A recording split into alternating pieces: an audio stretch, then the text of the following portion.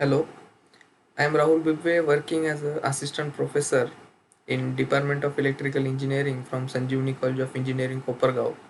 So today we will, this is our first video lecture series on unit number 5, which belongs to the subject design of electrical machine, and the name of the unit is three-phase induction motor design part 2.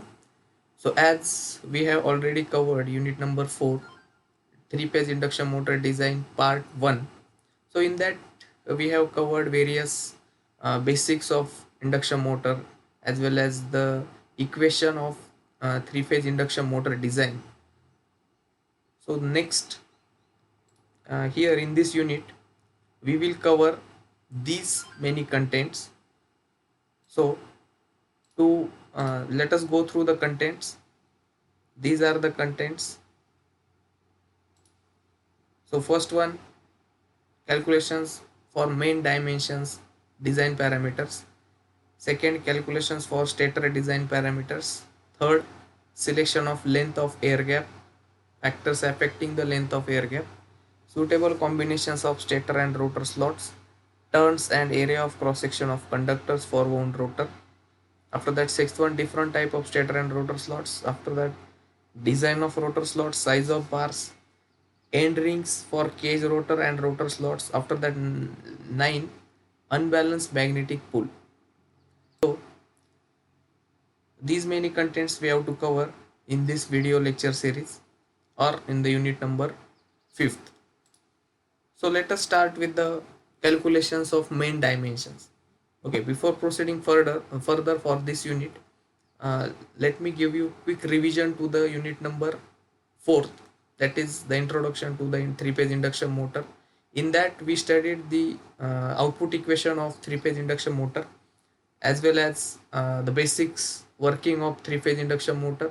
After that, specific electric loading, after that specific magnetic loading, and some winding calculation, that is lap winding, wave winding. So these topics we have covered. So after that, this first topic is nothing but calculations of the main dimensions. So which are the main dimensions of the motor? There are two main dimensions of the motor. First one is our D, which is diameter of stator bore, and L. L is nothing but length of core. Okay, now what is mean by D and what is mean by L? So this is the practical induction motor. This is the stator of the induction motor, and this one is the rotor of the induction motor. This is typically a squirrel cage type of induction motor, and as you know, the squirrel cage type of induction motor is having squirrel cage rotor, which is having copper bars shorted by the end rings. These are the end rings.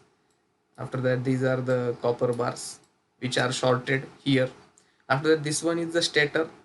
The stator may be lap connected or wave connected, and this is the nothing but your terminal box. So the main dimensions are D and L. So D is nothing but diameter of stator bore. So if see here, if I draw the line from here to here, straight line, then the inside diameter of your stator bore is nothing but your D, which is also shown here. This diameter, inside diameter of stator bore, which is D, and L is nothing but your stator core length. So if you start from here to here, this distance or this distance is nothing but your L, length of core. So remember, these are the two main dimensions of our three-phase induction motor. Now, as you all know, output equation of three-phase induction motor is Q is equal to C0 D square L NS. Now what is this C0? C0 is nothing but your output coefficient, and you can write output coefficient equal to 11 BAV AC kW into 10 to the power minus 3. Now what is this BAV and AC, which is already covered? AC is nothing but your specific electrical loading. BAV is specific magnetic loading, which is already covered in unit number 4. kW, don't get confused here, kW is your winding factor, and This is 11, and in 10 into 10 to the power minus 3 is nothing but your multiplying factor, which we have already derived in the derivation in unit number 4. Now, as Q is the kVA rating of induction motor, right? But generally, as you all know, induction motors are generally uh, they're specified in the terms of kilowatt or in HP. Yes or no? So how to convert it in kVA? Because generally kVA ratings it is belongs to the transformers or alternators. But for induction motor, generally induction motor, they are rated in kilowatt or HP. So to convert HP to kVA, we are using this relationship, this or this. If your motor is rated in HP, so HP multiplied by 0.746, as you all know, divided by efficiency into power factor. Or if your motor is rated in kilowatt, so use this relation, kilowatt divided by efficiency into power factor. So this relation is very important in case of your motor, that is if your rating of your motor is given in kilowatt. So first we have to convert it into kVA, and then only you can use this equation, output equation of 3-phase induction motor. Next, so again see here, this d square L. So d square is nothing but diameter of stator bore, L is length of stator core, ns, this is small ns. Small ns is nothing but speed of motor in RPS. So speed of motor in RPS. So remember this. Now, if we have started the design of 3-phase induction motor, we have to separate D and L. So how to separate D and L? So we can separate D and L, or this D square by L ratio, by using this L by tau ratio. Now what is this tau? So tau is pole pitch. Pole pitch means what? Peripheral distance between center of the two adjacent poles. So generally number of poles are given by the manufacturer, by the supplier, or by the consumer. So if a consumer wants 2-pole motor, so it is a known quantity. P is a known quantity to us. Now pole pitch is nothing but pi d upon P. Pi d is what? Pi d is nothing but your 2 pi r. 2 pi r means what? Total perimeter of your stator bore.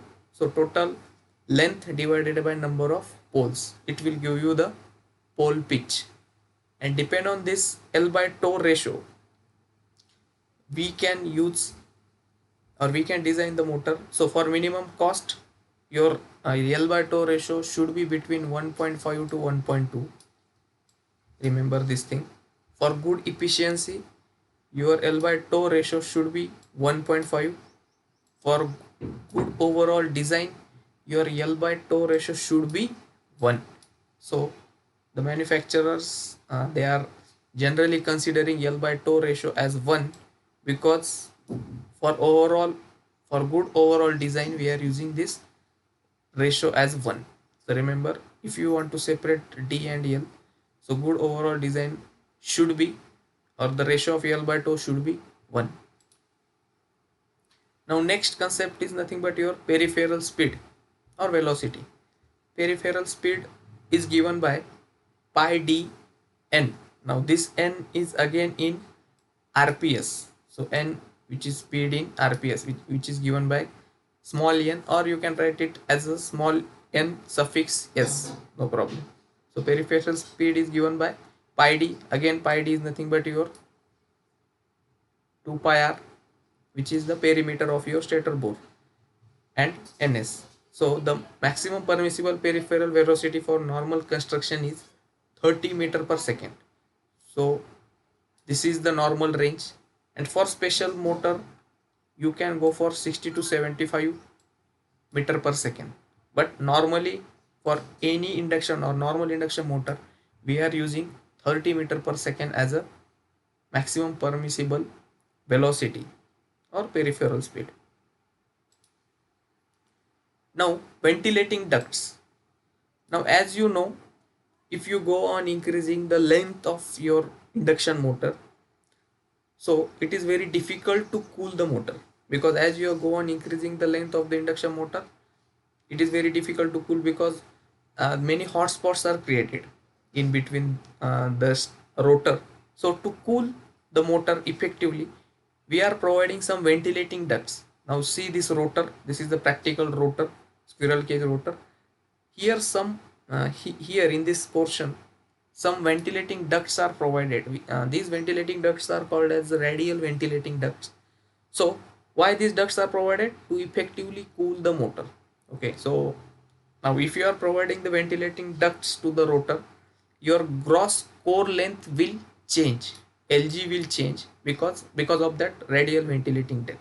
So lg is equal to l minus nd minus wd. Now here l is nothing but your, suppose consider it as a total l, this one is l. So l minus nd stands for number of ducts. Suppose there are two ducts, into width of each duct. So 2 into width of each duct. Now here we have only provided one duct, so here nd will be 1. Here in this case nd will be 1 into width of duct, suppose it is 2 centimeter. So the L, suppose it is having 100 centimeter length, then the gross core length is L 100 minus 2, which is 19. This is just for example. So here, because of ventilating ducts, your gross core length will change. Now here onwards your actual design starts. So design of stator. So actually the stator and rotor, these are the two main parts of any induction motor. So before proceeding to any design, so we have to design the stator first. So as we all know, specific magnetic loading BAV is equal to 5P upon pi dl. So if you convert, or if you want to calculate the value for phi m is equal to BAV pi dl upon P. So this is just the arrangement for phi m. Now as you all know, stator voltage per phase is given by 4.44 f phi m.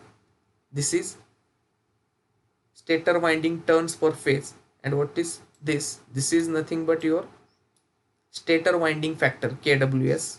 So which is having the value of 0.955. So it may vary between 0.9 to 0.956. So depend on the application, we are taking the value of stator winding factor. So now from this equation you can able to calculate stator turns per phase. TS is equal to ES upon 4.44 into kWs into F into phi m. So stator turns per phase is the first step in calculating design of stator. Next one is stator conductor section.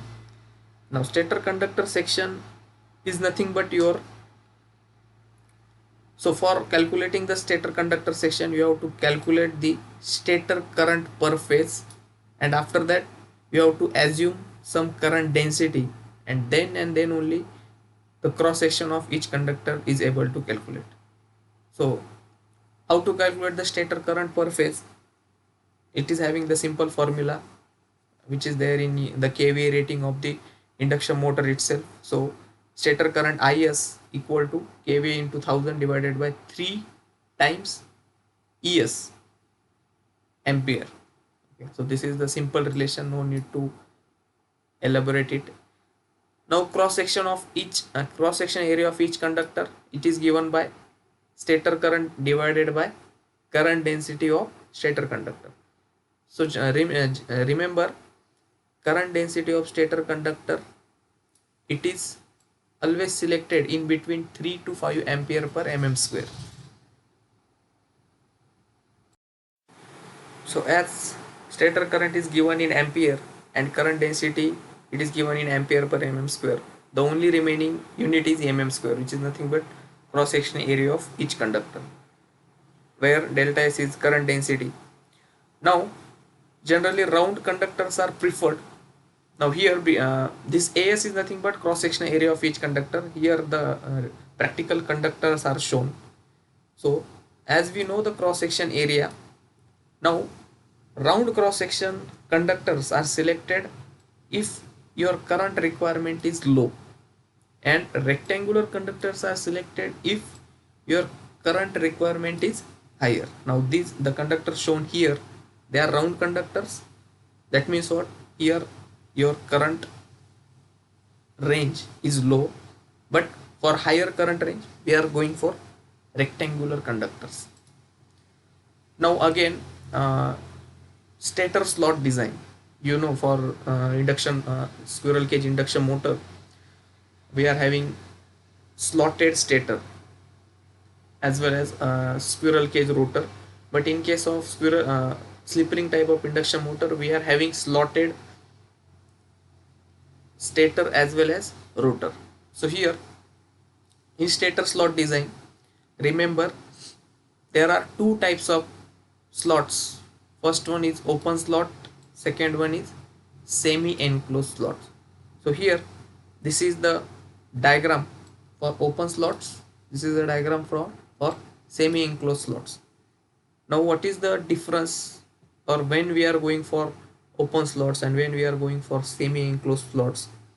So when there is a when you want reduce leakage reactance, we are preferring open slots, as well as when there is a small value of magnetizing current, for better power factor we are preferring semi enclosed slots. So remember this thing, to reduce leakage reactance you must prefer open slots, and for small value of magnetizing current, that is IM, as well as for better power factor you must go for semi enclosed slots. But as you all know, there are some limitations of these semi enclosed slots. The limitations include they are the installation of winding is difficult in case of semi enclosed slots, where installation of winding it is easy in case of open slots. So that's why this is the advantage here, ease of winding installation. Here we are not getting that ease of winding installation. After that, this open slot is used for large and medium size motors, and for small size motor we are using semi enclosed slots. So remember this thing, for large and medium size motor we are preferring open slots, and for small motors we are preferring semi enclosed slots. So the motor which you are using in your house for pumping the water from ground to the uppermost tank, in that half HP motor we may use semi enclosed slots, and for medium and large size motors we are using open slots. Now there are some guidelines to select suitable number of slots. Okay, so we have to prefer, or we have to follow that guidelines. So first one, or the first guideline you need to select is that the number of slots should be so selected to give integral number of slots per pole per phase. Now here integral number means that number should be an integer. That means 1, 2, 3, 4, 5, etc. That number should not be a fraction. Then and then only that number of slots you can select. So suppose you have selected 12 slots. Now if you are going to calculate number of slots per pole per phase, now 12 slots, suppose there are 2 poles, so 12 by 2, 6, and number of phase 3. So this their slots per pole per phase is nothing but 2. So this is the integer number. So you can select 12 slots for your induction motor, but you can't select 13 because it will give you the fractional number of slots per pole per phase. So remember, this is the first and most important guideline to follow while designing the induction motor. So it must give an integral number of slots per pole per phase. Now the slot pitch at air gap surface shall be between 15 to 25 mm for open slots and less than 15 mm for semi enclosed slots. Now what is meant by slot pitch? You must know the slot pitch. So slot pitch is nothing but distance between two consecutive slots. So slot pitch is given by YSS. So air gap surface pi d or 2 pi r divided by total slots. That means what? Total perimeter of your stator board divided by number of slots. Then, as you all know, you will get the stator slot pitch. That means the distance between the two consecutive slots. It is nothing but stator slot pitch. So it should be between 15 to 25 mm for open slots, and it should less than 15 mm for semi enclosed slot. Now, this is the second guideline. Now, the third guideline, the number of conductors per slot must be an even integer for double layer winding.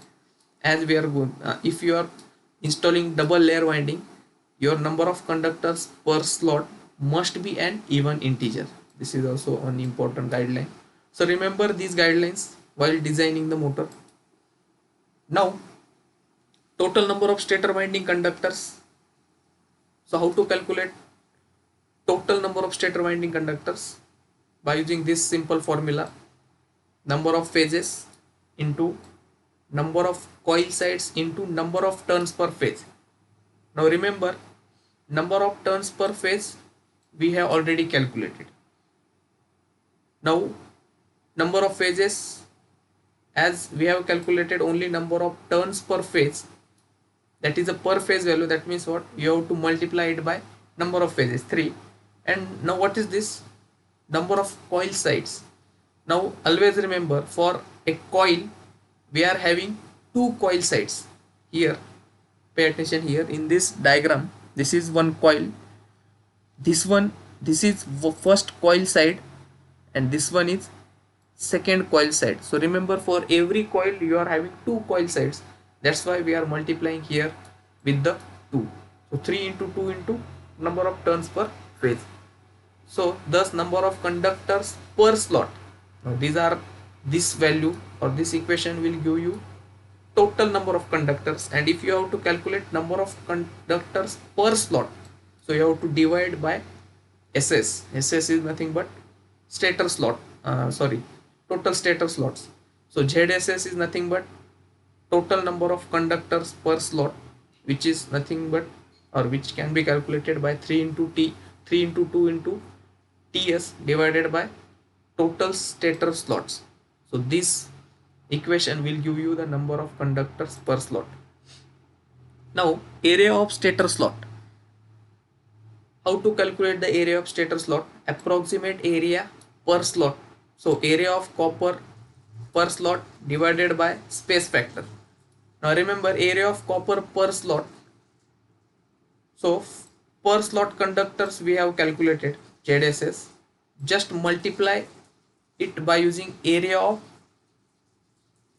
conductor in the stator side divided by space factor. Now this SF is new to you, space factor, where space factor is given by total conductors area divided by actual slot area, and the value of SF, it varies from 0.25 to 0.4. Now remember, we are selecting low value of SF for high voltage machines. Now why low value of SF is selected for high voltage machine? Because of some specific reason. As you all know, for high voltage, high insulation or more number of insulation is required. That's why we are selecting less value of SF. If you are selecting low value of SF for high voltage machine, then area per slot will increase. If you are decreasing the value of SF, as it is in inverse proportion, approximate area per slot will increase. So remember, for high voltage machine you must select low value of SF, and for low voltage machine you have to do the vice versa. This is the cross section of typical slot. Now as you see, this is the semi enclosed slot. Okay, so this WSS stands for width of stator slot and DSS stands for depth of stator slot. So remember this notation: WSS width of stator slot, SS stands for stator slot, W stands for width, this D stands for depth, and SS stands for stator slot. Now to calculate the resistance of winding, here the winding round winding is shown. To calculate the resistance, you must know the length of mean turn of stator winding. So length of mean turn LMTS of stator winding is given by using following empirical formula. Now here we are using one empirical relation for this. LMTS is equal to 2L plus 2.3 tau plus 0.24 meter. Now you know the value of L. Yes, it is your stator core length. This is tau. Tau is nothing but your stator pole pitch plus 0.24. After that, stator winding resistance. If you know the value of LMTS by using this empirical formula, it is very easy to calculate stator winding resistance. The stator winding resistance per phase RS, small RS, is given by rho L by A. But here L is your LMTS, that is length of mean turn of stator winding, divided by area of stator into number of stator turns per phase. This TR stands for number of stator turns per phase, where, as you all know, rho is the resistivity of conductor material, and generally we are preferring copper. The resistivity of copper is 0.21 ohm per meter per mm square. Now here, depth of stator core. This is the last point regarding the design of stator.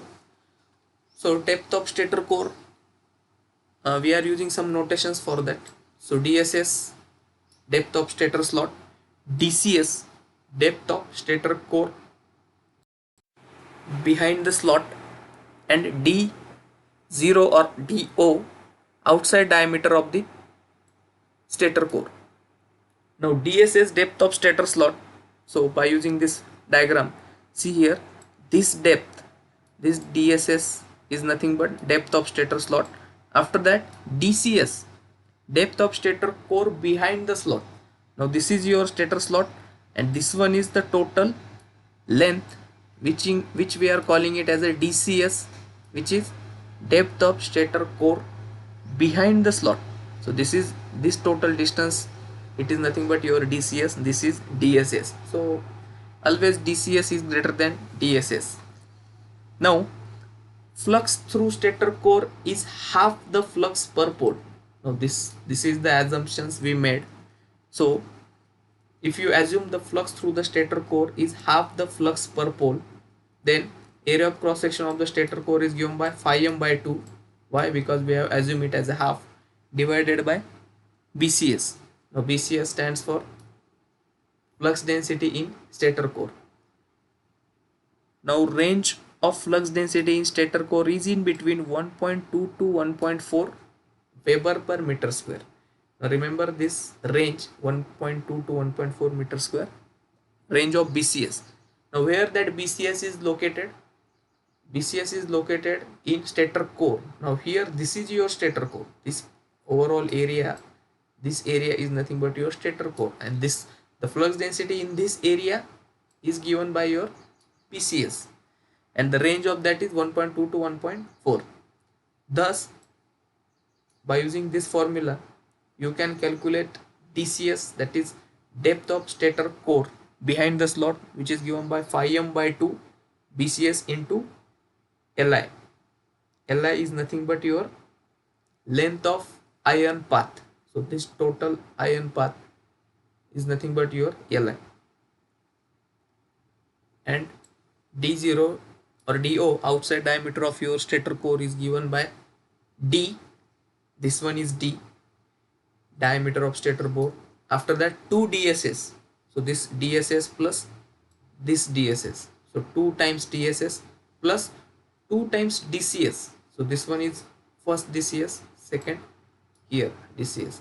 So outside diameter of induction motor is calculated by using this formula. So DO plus D. So DO equal to D plus 2 times DSS plus 2 times DCS. Now here, this completes the design of stator here. Thank you.